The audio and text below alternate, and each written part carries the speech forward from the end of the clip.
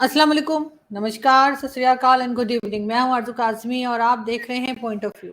हमें जी ज्वाइन किया है वसीम अल्ताफ साहब ने। बहुत शुक्रिया सर कि आज आप आए। Thank you so much.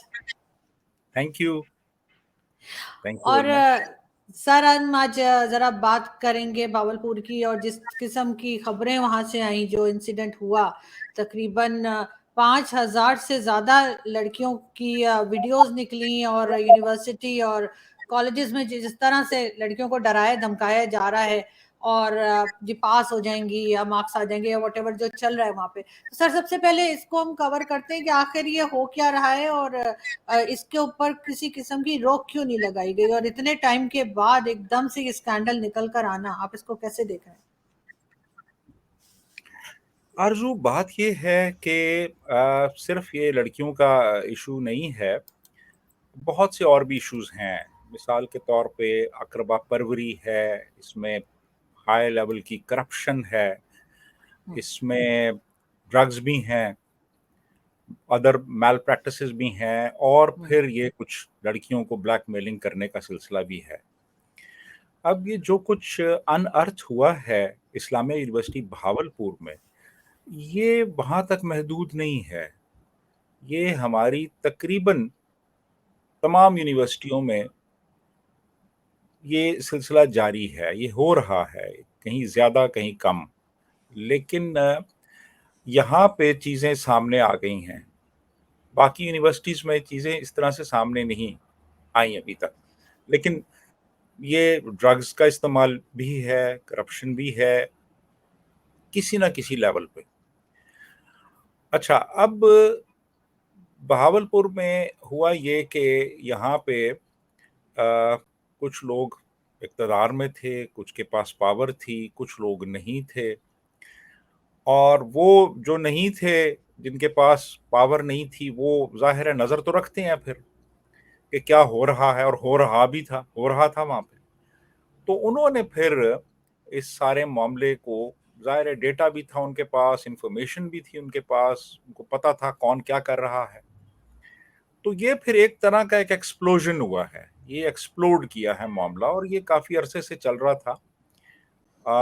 और गालिबन ये लॉ एनफोर्समेंट के इल्म में भी था।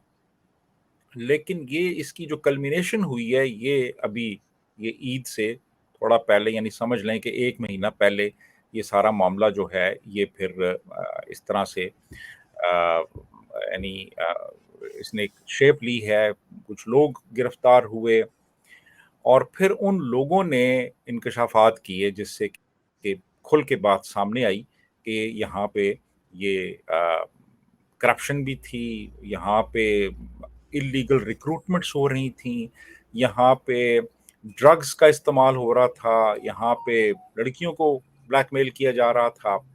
तो ये चीज़ें अभी काफ़ी अरसे के बाद फिर सामने आई हैं, और अब पुलिस ने केस रजिस्टर कर लिया है, एफआईआर्स कट चुकी हैं, और ये लोग अब इस वक्त गालिबन इस वक्त वो जमानत पे हैं जो एक्यूज्ड। जी।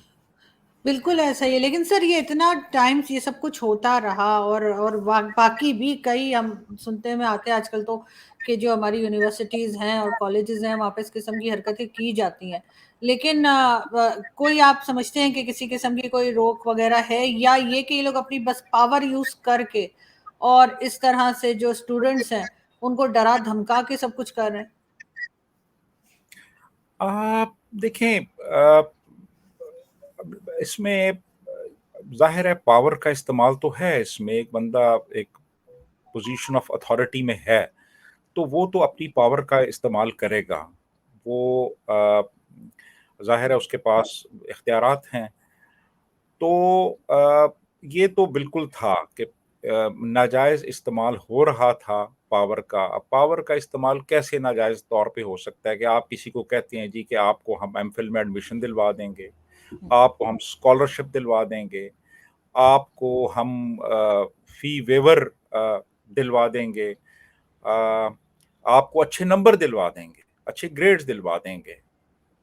तो ये सारा कुछ तो था। फिर वो जब इंटरैक्शन होता था, तो फिर उसमें वो उनसे ताल्लुकात बन जाते थे, फिर वो ड्रग्स का इस्तेमाल शुरू हो जाता था, यानी आइस बरामद हुई है वहाँ पे इंतज़ामिया के अफसरान से, और उनके मोबाइल से वीडियोज़ भी बरामद हुई हैं, जिसमें कि ऐसी लड़कियां भी हैं जो उस यूनिवर्सिटी में पढ़ती हैं।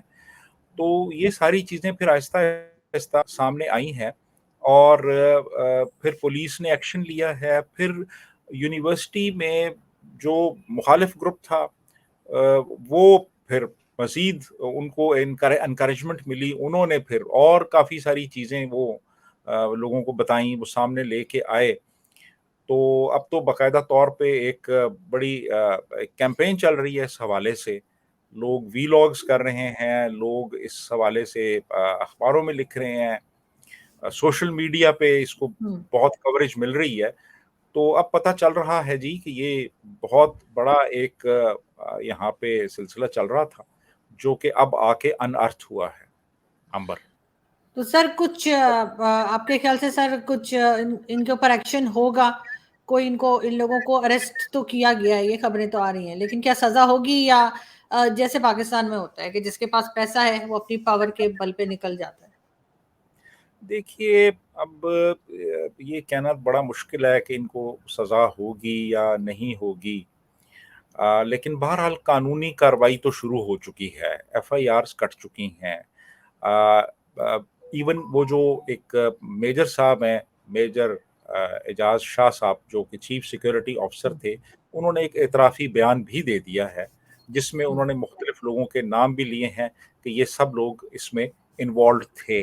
हुँ, तो अब ये चीज़ें सामने आ चुकी हैं। मोबाइल जो हैं वो उनका फोरेंसिक हो रहा है।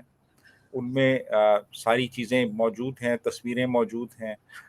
तो मेरा ख़्याल ये है कि और फिर एक बड़ा स्ट्रॉन्ग पब्लिक ओपिनियन बिल्ड हो चुका है इन तमाम लोगों के खिलाफ। हुँ। तो इसलिए मेरा ख़्याल ये है कि कानून बहरहाल अपनी एक शक्ल इख्तियार करेगा। मीडिया ने ये भी एक बड़ा इम्पोर्टेंट रोल अभी प्ले किया है इसमें कि अब चीज़ें लोगों तक पहुँच चुकी हैं कि वहाँ क्या हो रहा था, लोगों को पता चल चुका है। तो अब उनका बचना शायद मुश्किल हो। कोशिश तो यकीनन हर कोई करता है कि वो किसी तरीके से बच, लेकिन मुश्किल होगा, क्योंकि बहुत हाई लेवल पे, यानी नेशनल लेवल पे ये एक स्कैंडल बन चुका है। जी आरज़ू। बिल्कुल ऐसा ही है, लेकिन सर इसी किस्म का एक स्कैंडल हमने भारत का भी सुना था, 1992 की शायद बात है, अजमेर शरीफ में। और वहाँ पे वैसे तो खैर अजमेर शरीफ कहते हैं, लेकिन वहाँ बदमाशियाँ हो रही थी, जिस पे अभी मैंने देखी तो नहीं है, लेकिन सुना है कि एक फ़िल्म आई है अजमेर 92 के नाम से, तो मैं देखूँगी अगर मुझे इंटरनेट पे वो फ़िल्म मिल गई। लेकिन सर वो क्या स्कैंडल था? वो स्कैंडल ये था जी कि अजमेर शरीफ में जो उनका मज़ार है, मोइनुद्दीन चिश्ती अजमेरी का, उसके बहुत से खुद्दाम हैं, जो कि वहाँ पे केयर टेकर्स हैं, जो उस मज़ार के मुख्तलिफ जो मामलात हैं उनकी वो एक तरह से केयर टेकिंग करते हैं वहाँ पे। तो उनमें 2-3 लोग थे, जो गैंग लीडर्स थे, ये कोई 18 के करीब लोग थे। उसमें एक साहब थे जी फारूक चिश्ती, एक थे नफीस चिश्ती, एक थे अनवर चिश्ती, और भी थे इस तरह से। तो इन्होंने क्या किया कि अ, ये वहाँ जो लड़कियां थीं, स्कूलों की और कॉलेजों की, ये उन लड़कियों से राहो रस्म पढ़ाते, उनको ट्रैप करते, उनकी वीडियोस बनाते और फिर उनको ब्लैकमेल करते और कहते कि मिसाल के तौर पे एक लड़की है एक्स, उसकी वीडियो बना ली तो उसको हुँ, कहा कि तुम अपनी सहेलियों को भी लेके आओ, उनसे भी हमारा हुँ, तारफ़ कराओ। फिर वो सहेली आ जाती, फिर सहेली की वीडियो बना लेते, फिर उसको कहते कि तुम अपनी सहेली लेके आओ। तो हुँ, वो एक बड़ा घिनौना सा चक्कर शुरू हो चुका था वहाँ पे। तो एक वहाँ पे एक रिसाला है, नवज्योति, दिनेक नवज्योति। नवज्योति जो है हुँ, उस रिसाले में ये उसने ये स्टोरी ब्रेक की कि ये हो रहा है यहाँ पे, और ये वो उस रिसाले में, उस अखबार में ये लिखा गया कि ये जब ये वाकया 92 में सामने आया तो उन्होंने लिखा कि 1 साल पहले से ये हो रहा था, लेकिन जो कानून नाफिज करने वाले इदारे थे वो कोई एक्शन नहीं ले रहे थे इसके ऊपर। तो वो जब अखबार में वो आया तो फिर पुलिस ने एक्शन लिया और फिर इन लोगों को, ये 18 लोग थे, इनको गिरफ्तार किया और पता ये चला कि कुछ 250 से ज्यादा लड़कियां थी, यानी इवन कुछ ने कहा कि 500 से ज्यादा लड़कियां थी जिनको इन्होंने एक्सप्लॉइट किया इस तरीके से। और फिर वो जेल में चले गया। अब इन लड़कों का तल्लक जो था वो यूथ कांग्रेस से था, तो यूथ कांग्रेस से भी था, ये खुदाम भी थे और फिर ये मुसलमान भी थे। तो इन्होंने फिर कम्युनल कार्ड खेलना शुरू कर दिया। इन्होंने कहा जी मुसलमानों को टारगेट किया जा रहा, यानी जब इनको कचहरी ले जाया जा रहा होता था तो ये नारा तकबीर और नारा हैदरी बुलंद करते थे उस वक्त। ये उस वक्त उस पूरे मामले को एक कम्युनल एक कलर देने की कोशिश करते थे कि जी हमें टारगेट किया जा रहा है क्योंकि हम मुसलमान हैं।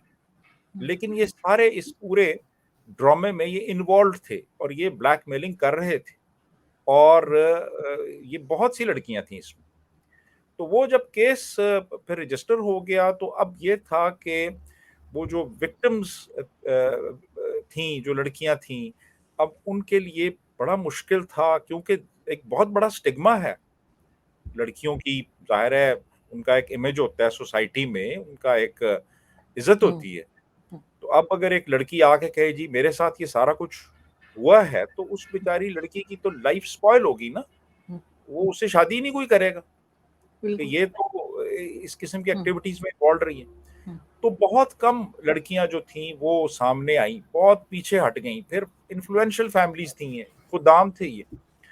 तो उसमें फिर कुछ 30 के करीब लड़कियां थी जिन्होंने के फाइनली जो आइडेंटिफाई हुई और 29 में से फिर 12 लड़कियां थी जिन्होंने के वो बाकायदा तौर पे केस किया, जिसमें से 10 फिर विड्रॉ कर गईं और आखिर में सिर्फ 2 लड़कियां रह गईं जो के जिन्होंने स्टैंड लिया। और उनकी फिर एविडेंस पे और फिर और सारे शवाहिद जब इकट्ठे हुए तो फिर इन लोगों को उम्र कैद की सजा हुई।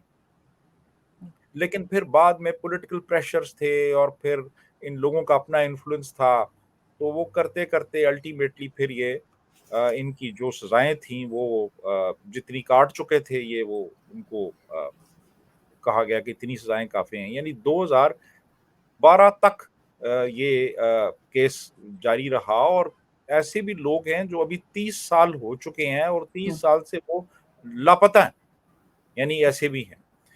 तो ये एक बहुत बड़ा स्कैंडल था। और ये जो फिल्म अभी आपने जिक्र किया अजमेर 92, ये अभी 21 जुलाई को ये रिलीज हुई है और अगस्त के एंड पे ये उस पे ओटीटी पे भी ये अवेलेबल होगी। जी बिल्कुल सही। लेकिन सर हमने ये देखा कि चाहे इंडियन मुस्लिम्स को तो खास तौर पे कि इतना ज़्यादा, सबको नहीं कह रही, लेकिन काफ़ी ये देखने में आया है कि वो पढ़ाई लिखाई में इतने ज़्यादा नहीं है जितना वो विक्टिम कार्ड खेलते रहते हैं कि जी हमारे साथ ये हो गया और हमारे साथ ये हो गया। लेकिन पढ़ाई लिखाई में देखा है कि बहुत कम ऐसे लोग हैं जो आपको प्रोमिनेंट नजर आएंगे या किसी आगे की सीट पे जाते हुए या पढ़ाई करते हुए। लेकिन सर चाहे पाकिस्तान हो या हिंदुस्तान हो या कोई भी इस्लामिक कंट्री आप ले लीजिए, इतनी फ्रस्ट्रेशन क्यों है हमारे लोगों में? ये मतलब जन्नत में भी ये 72 हूरें चाहिए इनको और उसके भी पता नहीं क्या क्या नक्शे बनाते रहते हैं। और दुनिया में भी सर फ्रस्ट्रेशन का ये हाल है कि सर मतलब ये बिल्ली कुत्ता बकरी कुछ नहीं छोड़ते। तो सर ये मतलब क्या माइंडसेट है मुस्लिम्स का? असल में जी बात ये है कि दुनिया जो है ना वो बहुत आगे चली गई है और उसकी बुनियादी वजह ये है कि उन्होंने मज़हब को एक ज़ाती मामला करार दे दिया है कि जी आप नमाज पढ़ते हैं आपका ज़ाती मामला है, आप नहीं पढ़ते आपका ज़ाती मामला है। हमने क्या किया है कि हमने मज़हब को हमने हर जगह पे वो उसका इस्तेमाल शुरू कर दिया है और फिर एक्सप्लॉइट भी करना शुरू कर दिया है। यानी ये जो इस्लामोफोबिया की एक टर्म है वो भी घड़ ली है जी कि ये तो इस्लामोफोबिया। हालांकि आप ये देखें कि 9/11 जो कुछ हुआ 9/11 में, वो मुसलमान थे वो लोग। दुनिया में कहीं पे भी मैंने नहीं सुना कि किसी जू ने या किसी क्रिश्चियन ने या किसी हिंदू ने कोई खुदकुश हमला किया हो कहीं पे, खुदकुश अभी 2 दिन पहले खैबर एजेंसी में हुआ है, तो वो हम्म। जिसने किया है वो मुसलमान भाई था ना, वो कोई इजराइल से तो नहीं आया था। लेकिन सर उसकी एक रीजन ये भी तो है कि हमारे यहाँ जो नक्शे खींचे जाते हैं कि जी मरने के बाद फिर जिंदा हो जाएंगे और फिर हूरें मिलेंगी और पता नहीं दूध शहद की नहरें होंगी और क्या क्या नक्शे, तो वो उनको लगता है कि मर के इससे बेटर जगह पे चले जाएंगे, इसलिए जा जाके और लोगों को भी मार देते हैं। और सुसाइड बॉम्बर्स जो है वो 90% जो है, बल्कि 99% जो है वो इस्लामिक कंट्री से ही निकलते हैं। हाँ हाँ, ऐसे ही है, ऐसे ही है। ये इस्लामोफोबिया जो है ये कोई अनफाउंडेड चीज नहीं है, ये एक बिल्कुल ऐसा है। डर लगता है मुसलमानों से, दुनिया को डर लगने लगा है हर जगह पे। आप चले जाएं वेस्ट में कहीं जाके अल्लाह अकबर का नारा लगाएं तो आप देखें क्या होता है, सारे लोग भाग जाएंगे वहां से कि जी अभी कुछ यहाँ फटने लगा है। तो अब बात ये है कि ये वेस्ट जो है ना, वेस्ट ने मजहब को आपका एक जाती मामला करार दिया है। उन्होंने मजहब को क्रिश्चियन वर्ल्ड ने वेटिकन तक महदूद कर दिया है। हमने क्या किया है कि हमने जिंदगी के हर पहलू पे, हमारा ये दावा है कि ये हर जिंदगी के पहलू पे मुहित है और हर चीज का अहाता करता है। ऐसा नहीं है, ठीक है। तो अब जब आप रियासत के मामलात में भी इसको ले आएंगे, आप लोगों की जाती जिंदगियों पे भी इसको लागू करना शुरू कर देंगे, आप दूसरों को कहना शुरू कर देंगे कि यार ये मुसलमान नहीं है, ये हैं, और ये इतने मुसलमान है, ये ज्यादा मुसलमान है, ये कम मुसलमान है। मतलब हर जगह पे आप इस्लाम इस्लाम इस्लाम की रट लगाना शुरू करते हैं और मजहब को आप ले आए, तो फिर जाहिर है कि वो तो फिर आपकी जो नॉर्मल जिंदगी है वो डिस्टॉर्ट हो जाएगी। यानी अगर आप कहें जी कि इस बंदे ने शलवार टखनों से ऊपर क्यों नहीं उठाई हुई, या इसकी दाढ़ी जो है वो इतनी लंबी क्यों नहीं है, या ये बंदा नमाज क्यों नहीं पढ़ रहा, या इसने दाढ़ी क्यों नहीं रखी, जब इन मामलात में आप उलझ जाएंगे और ये जो दुनिया है जो जिसमें आप रह रहे हैं ये इमटेरियल हो जाएगी, और आप कहेंगे जी कि आपकी जिंदगी ये नहीं है, जिंदगी मरने के बाद शुरू होगी, तो फिर तो जाहिर है आप ख्वाबो ख्यालों में रहेंगे ना आप। और सर जो लोग ये तालीम देते हैं, जो ये बात करते हैं, ये हमारा मुल्ला माफिया जो ये कहते हैं कि असल जिंदगी मरने के बाद है, ये खुद मरने को तैयार नहीं होते। ये जा जाके अपने ऑपरेशंस भी करा लेते हैं, हार्ट सर्जरी भी हो जाती है और हर तरह से अपने आप को बचा के रखते हैं, तो फिर खुद क्यों नहीं पहुंचते ये। ये दूसरों को दुआएं देते हैं कि आपको सेहत मिले, और खुद ये जाके महंगे तरीन अस्पताल में इलाज करवाते हैं, बल्कि कोशिश करते हैं कि मुल्क से बाहर जाएं, मेमो से इलाज कराएं जाके। उनके हाथों में, इनके ख्याल में फिर ज्यादा शिफा है, ठीक है। और यहाँ पे ये लोगों के सर पे हाथ फेरेंगे जी कि तू ठीक हो जाएगा। मैं आपको बताऊं, मैं उधर बहावलपुर में था, मैं वहां पे रहा कुछ अरसा नौकरी के सिलसिले में। तो वो मेरे एक दोस्त थे वहां पे, तो उनकी वाइफ, अच्छा वो ये ताहिरुल कादरी साहब वहां पे आ रहे थे वो कोई लेक्चर देने के लिए। तो उनकी वाइफ ने कहा कि ऐसा करें, ये बोतल में पानी है, ये उनसे दम करवा के ले आए।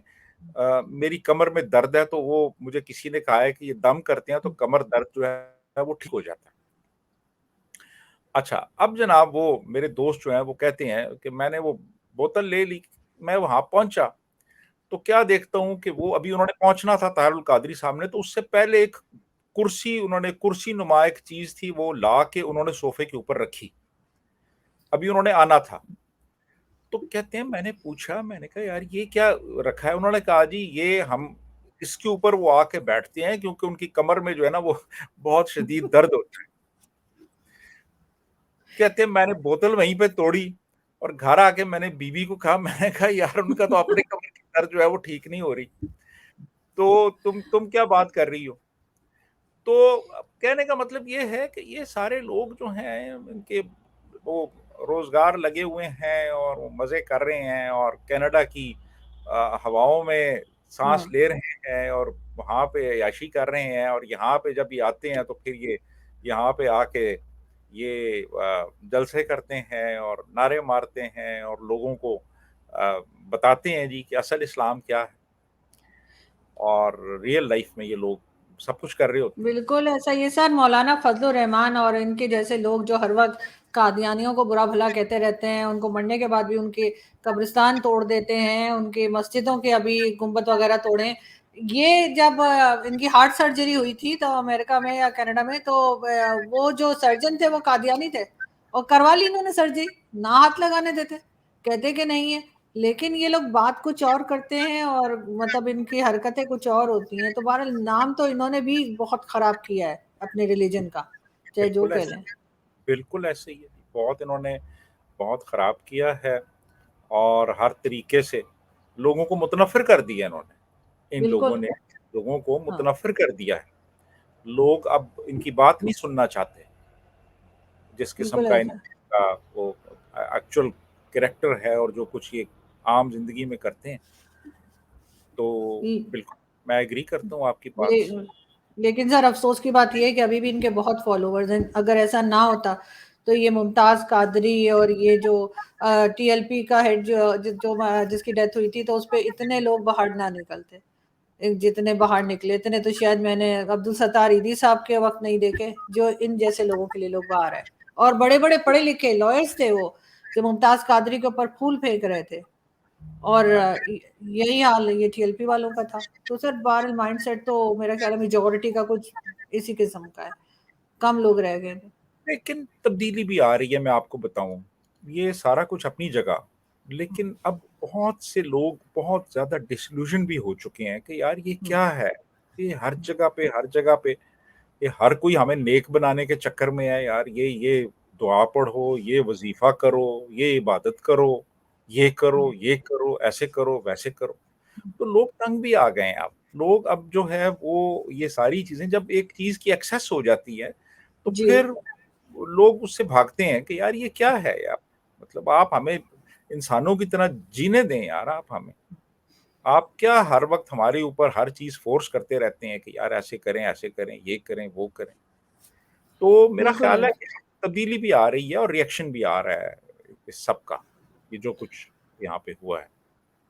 जी, बिल्कुल आरज़ू। ठीक, और सर आना भी चाहिए बिल्कुल। बहुत शुक्रिया सर कि आपने आज ज्वाइन किया। थैंक यू सो मच, बहुत अच्छा लगा थैंक आपसे बात करके। बहुत थैंक यू शुक्रिया। Very much. बहुत